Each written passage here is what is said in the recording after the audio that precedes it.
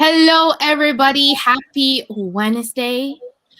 This is Business Mastery, a weekly live show with me, Pauline Malubai. If you haven't met me yet, well, I'm not sure why you haven't met me yet because I'm always online. My name is Pauline Malubai, and I'm founder and CEO of Pauline Malubai Consulting. And I went from struggling with anxiety and imposter syndrome to now becoming the CEO of my own online business. And in Business Mastery, I am joined today with Brianne Hennessy. Now, Brianne has an amazing, amazing bio. I gotta pull it up and read it for you. But Brianne Hennessy is a vocal empowerment coach, corporate trainer, and published writer.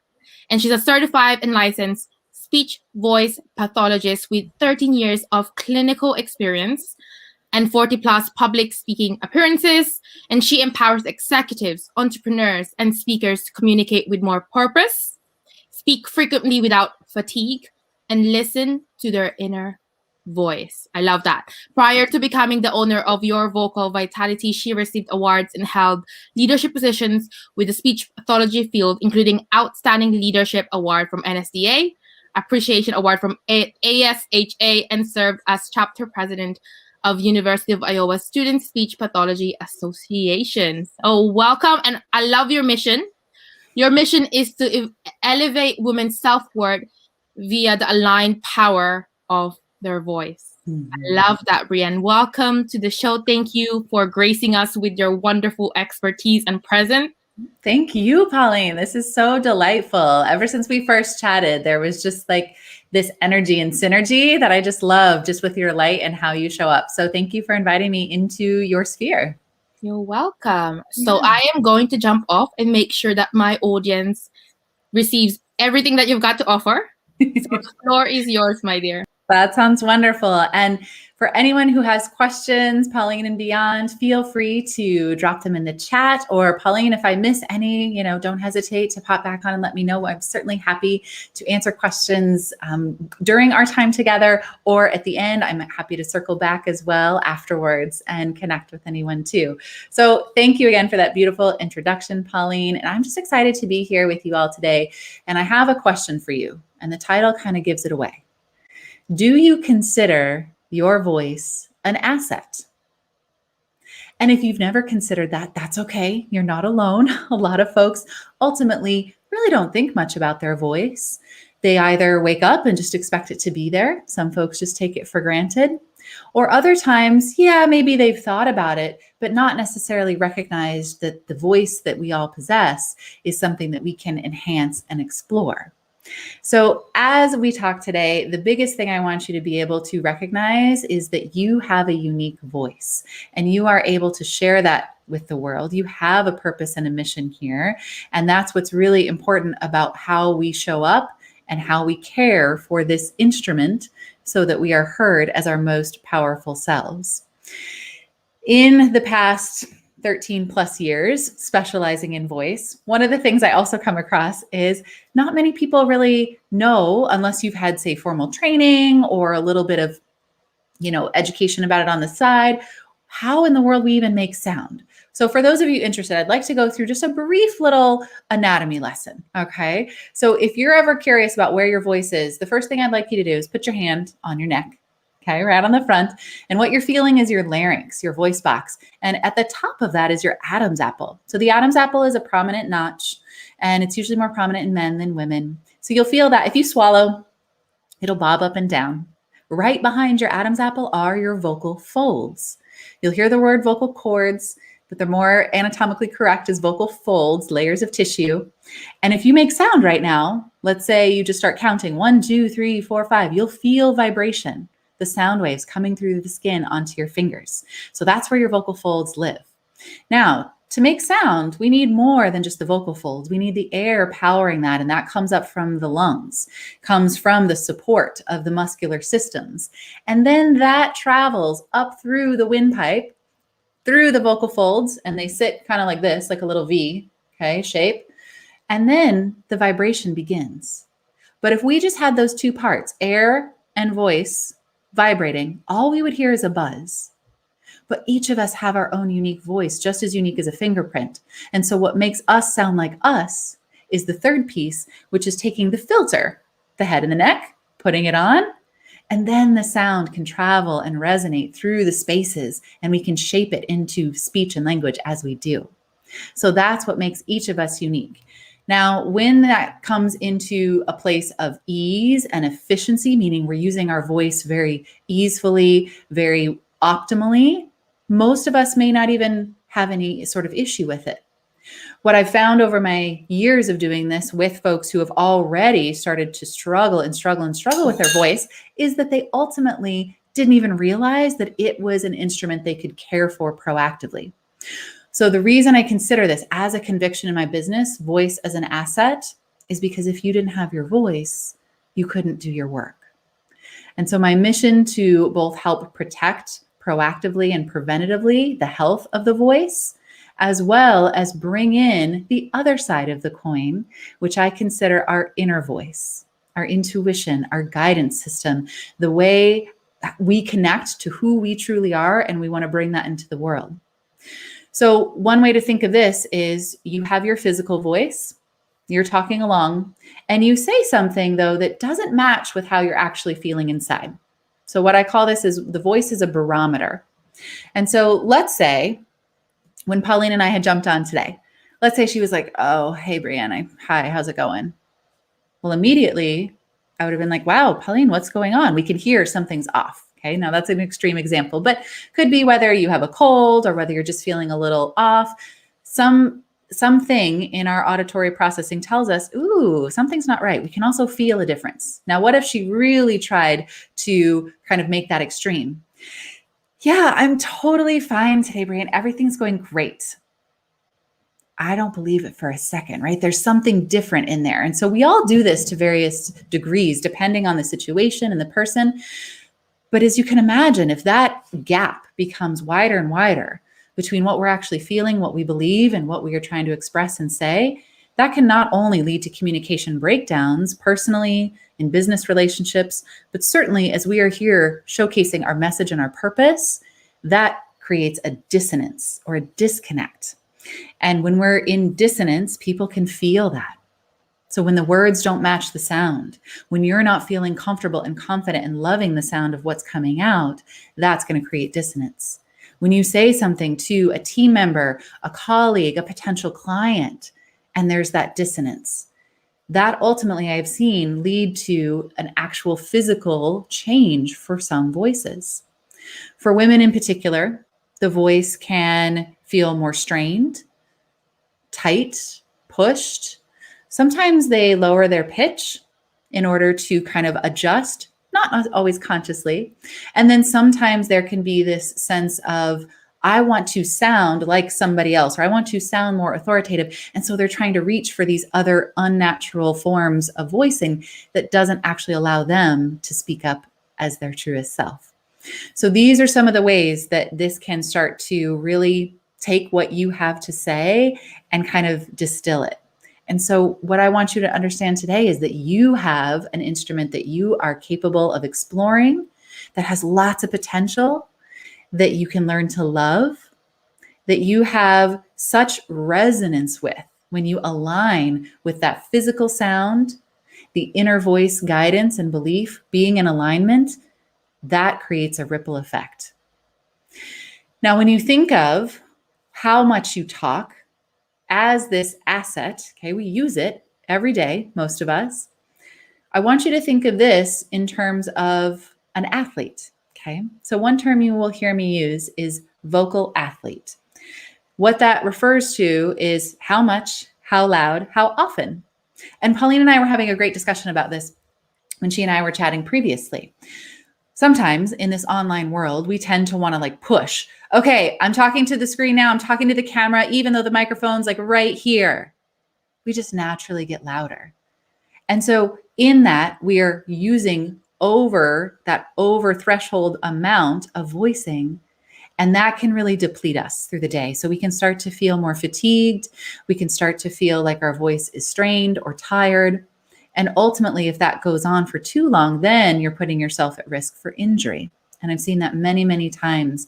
And in my clinical years, rehabilitated people from injury.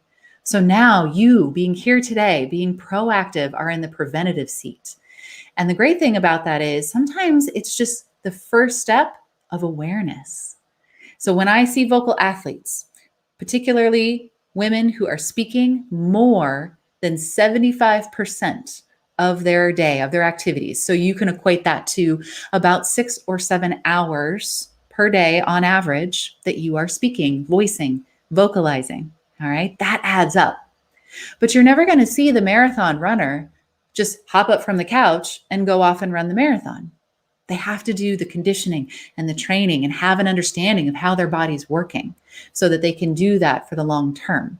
So it's similar with our voices, and we're able to care for that. So as for reaching that threshold of, oh, I've talked too much. Oh, I shouted and hollered over the weekend. Oh, I have just one more call, one more meeting, one more live.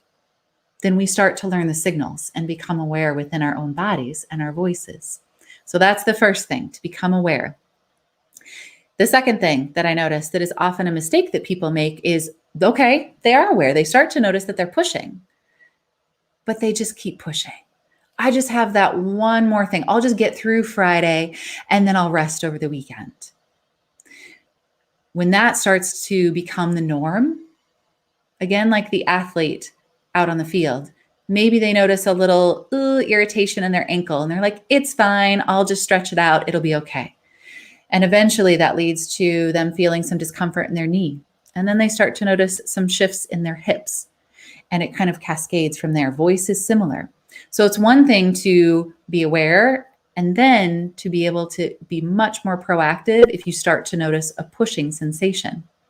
This can come in many forms. For some people, the pushing feels like that strain that I described, like they're just talking from their throat.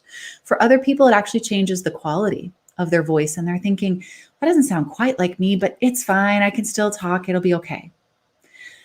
So when that starts to snowball, that can lead to longer term issues. And what I've seen it specifically in this particular realm that we're in, and that one of the things that Pauline and I both specialize in, is when people are leading large summits, large events, launches, days and days and days of talking, that can really start to take its toll. So I've had people who on day 1 or 2, without any awareness about their voice needing to be ready and conditioned, start to struggle by day 3. They're not even to open cart day before they start to notice a change.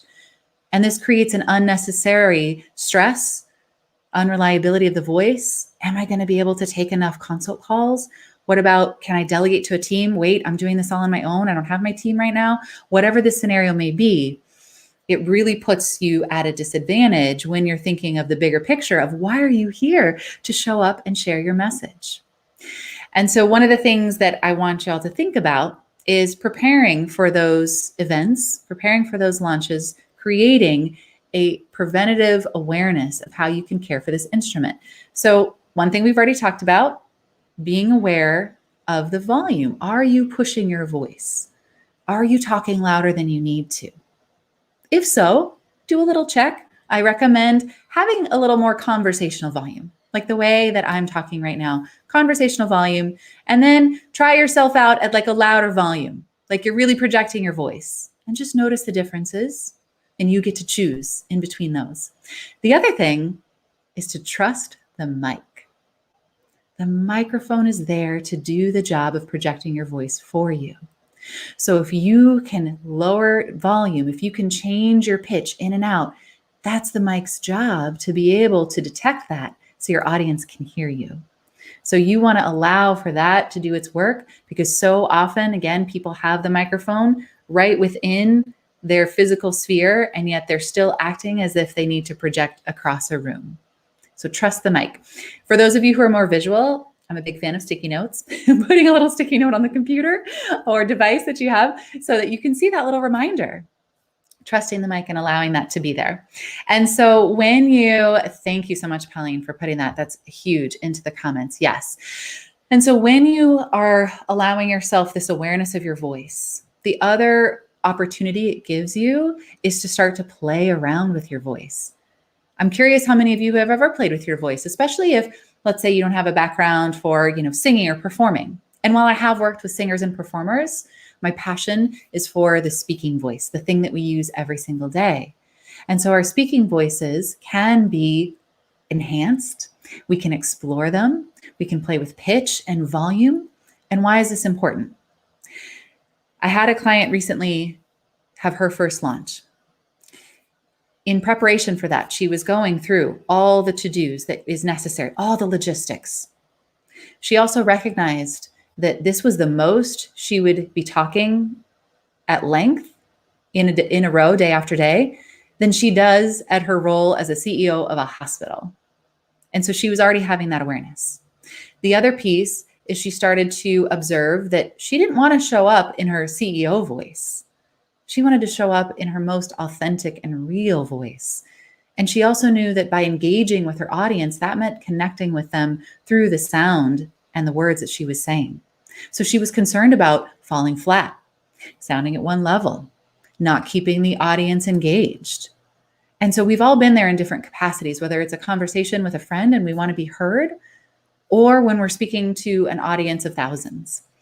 And so when we worked on those two facets, how she was going to keep her voice healthy, be able to have the stamina to get through that launch and have subsequent launches month after month in her schedule after that, and then be able to truly tap into her voice that was authentic to her, she was able to reliably get through launch. She was able to take calls. She was one of 2 team members at that point. So she was doing the bulk of the calls and the work, going live, doing all the on voice stuff. And ultimately, she achieved a $72,000 launch because she was able to elevate her voice to a space that she felt comfortable and confident. And she described it as her just me voice. And that is the most beautiful transformation to witness, because we are here to show up as our truest selves. And when that happens through our voice, the conduit between our mind and body, a pathway for us to feel more wellness and more care for who we are, I think it's beautiful and available to everyone. So hopefully that gives you kind of that overview of why this is important, why I consider it an asset. The other piece that I encourage people to think about is setting an intention. Maybe you set intentions already at the beginning of your day, but have you ever considered setting an intention for your voice before you go to speak? Some people call this wanting to feel more confident. That's great. Confidence is something that can be elevated and worked on. Think of this as something deeper. You want to connect to what is the present moment. What is the guidance and the words that you want to convey? How do you want that to feel? Because people will feel that. So I invite you, before your next live, before your next talk, before your next podcast episode or speech, to allow yourself to set an intention for your voice. What do you love about your voice? What do you want it to convey? And if you've thought to yourself, well, ew, I don't like the sound of my own voice. I actually hate the sound of my voice. I see you and I hear you, and you're not alone. Many people feel that way about their instrument, as they're not used to hearing it in new ways. They're not used to hearing it on playback. We hear it differently in our own ears because of the bones in our skull than we do through the air on playback. But imagine, if you're hating the instrument that is here to share your message, how do you expect those who are hearing that message to resonate with you? So in that, if there are any moments where you notice you can take just a playful, present, even something like humming to get yourself connected to your voice, I invite you to do it. Okay, so what might that look like? This one can be fun because it's something that we all might do, even just if we're at the end of a long day and we're just kind of like, okay, I'm done. This one is going to be a little more intentional in this way. So you're going to hum like a sigh. Whatever comes out, comes out.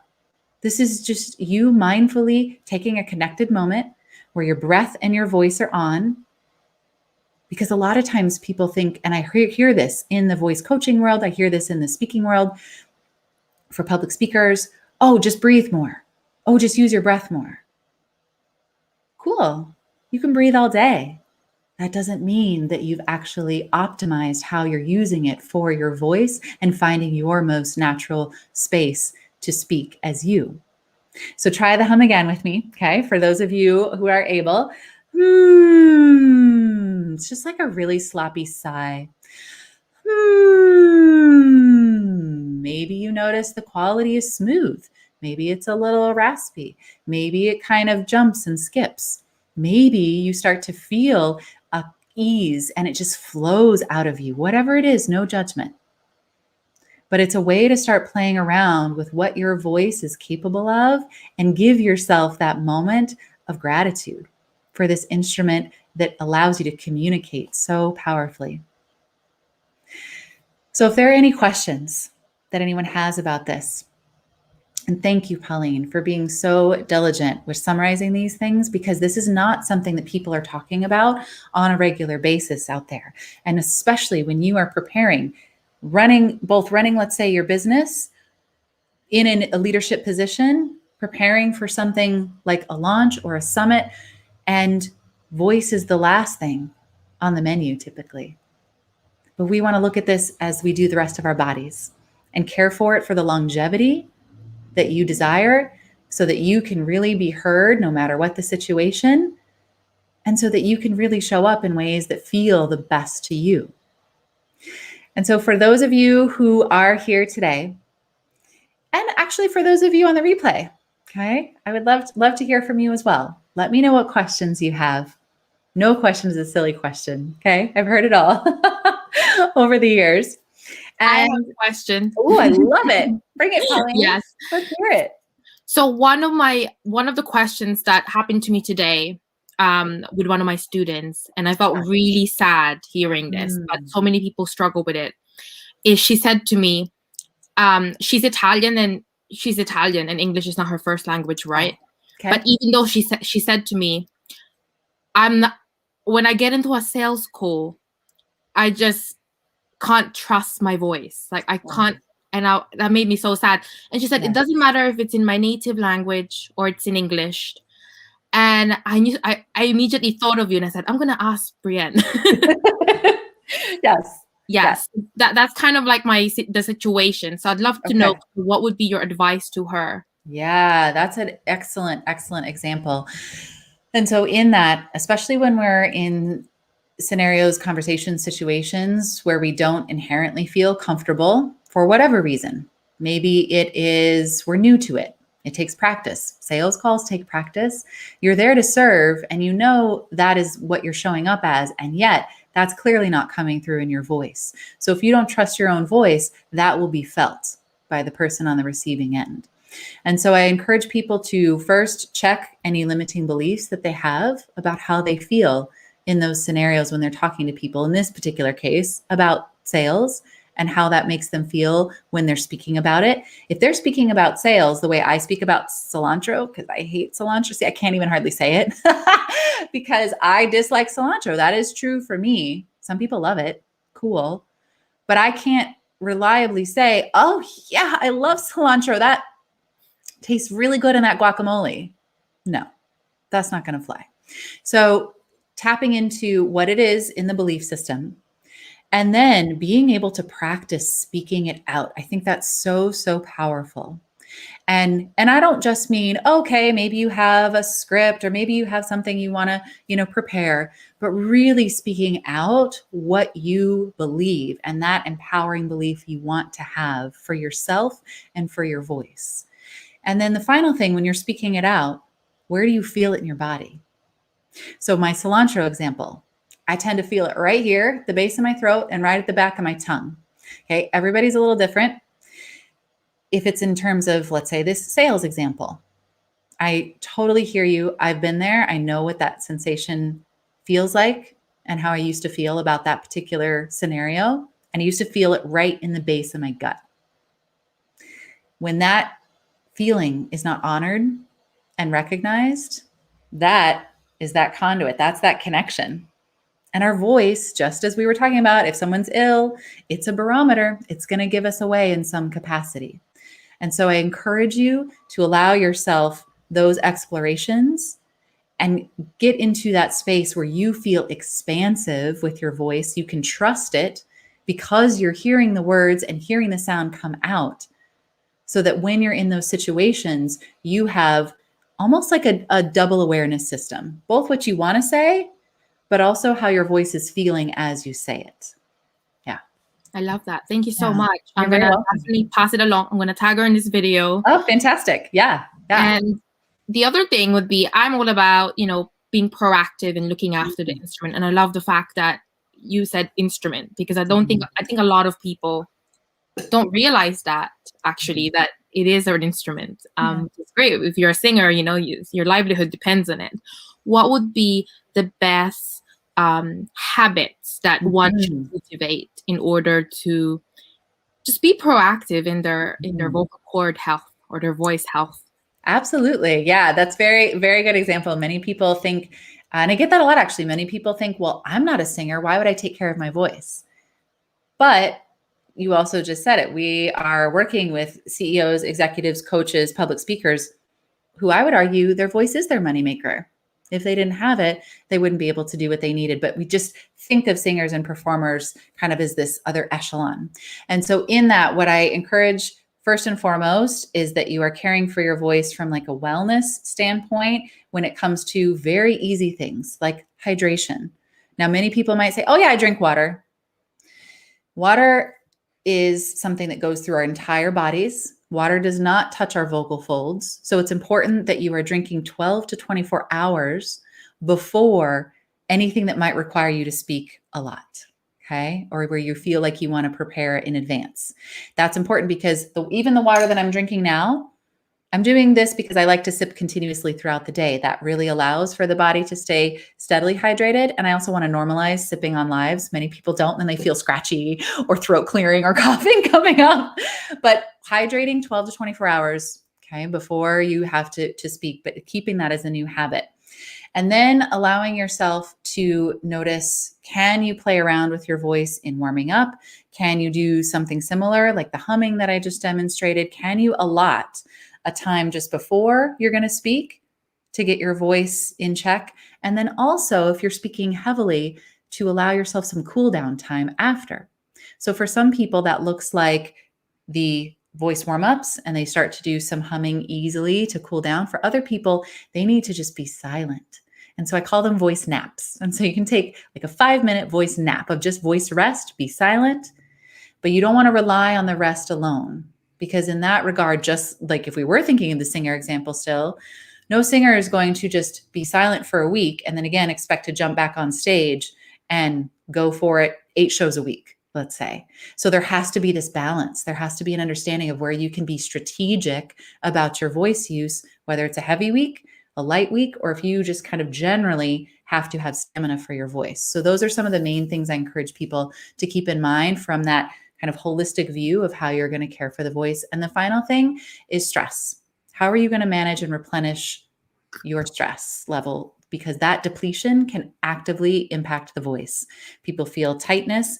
People feel like a sense of shakiness or nervousness come up. The stress can be very depleting to how our voices are, again, in a kind of resonant space. They can make them sound very dull and flat and non-engaging. And so if you are not yet taking care of your own well-being in this process, that is one way that can start to impact your voice as well. I love that. I think a lot of people, they get to the point where they've lost their voice or it's very scratchy. And I'm definitely the same. When you said the day 3 or day 2 of the launch, it's gone. I really felt that. And I really had to tell myself, okay, trust the mic. Remember what Britton told you? Yes. Trust the mic. Way to go, Pauline. Yes. And I bought those tea as well that you mentioned in a different training. Yes, because that is one of those things where all the preparation is, if we're talking, let's say launch specific, all the preparation, maybe you or anyone practicing aloud what you want to say. And, your lives are going to be, 30, 45 minutes, longer than maybe you normally talk in a given time. You want to honor that is possible, but also an extra load on the system. Mm-hmm. So I love that you allowed yourself just to trial and that you tuned in to the things that were already showing up for you, because it's one thing to push and yeah, I got through it, cool. But to not have that capability time again and again and again, that can feel really Yeah. debilitating for some people. And yes, to the point that people actually lose their voice. And then I'm working with them in a different capacity. My last question would be, I know you talked about the endurance, the metaphor with the athlete and the endurance.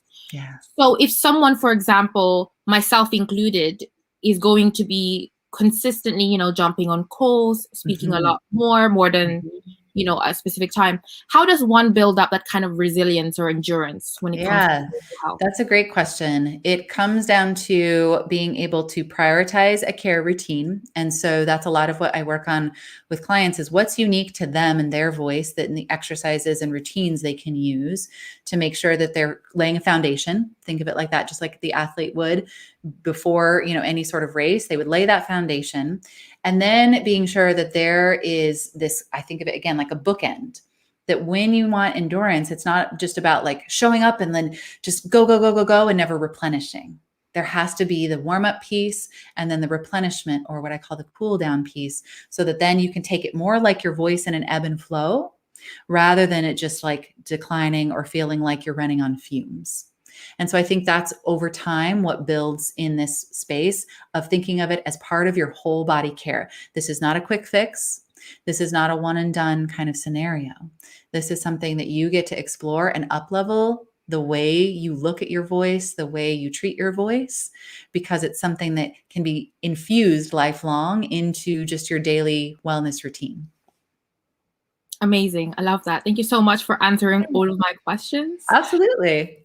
So I hear that you've got a gift for my lovely audience. I do. And so what I would like to offer for anyone interested, you're going to drop voice in the chat. I offer a 2-minute review. So what that means is there are folks who come to me saying, "Oh, I just love to know, what aspects of my voice that are, really, really prominent. What things are my strengths in my voice? Is there anything I can work on in my voice?" And people want to come to that in a very safe and non-judgmental space, because unfortunately in this day and age, especially women, we get criticized a lot for how we sound, how we're showing up. There's all sorts of biases that exist. And so in that, I provide a 2-minute review of something that you are speaking that you're passionate about. And so when that happens, we review it, we meet up on a call, and I'm able to provide you that feedback so that you have even more of that awareness about what your voice is capable of. So if you're interested, drop voice in the chat and I will circle back to that. That would be wonderful, and send you the instructions to proceed. So thank you so much, Pauline. I appreciate that. Thank you so much for the gift. I'm sure a lot of people will be watching the replay. And I'll make sure that you're tagged everywhere so you can see the comments. And where can people find you? Just to wrap things up.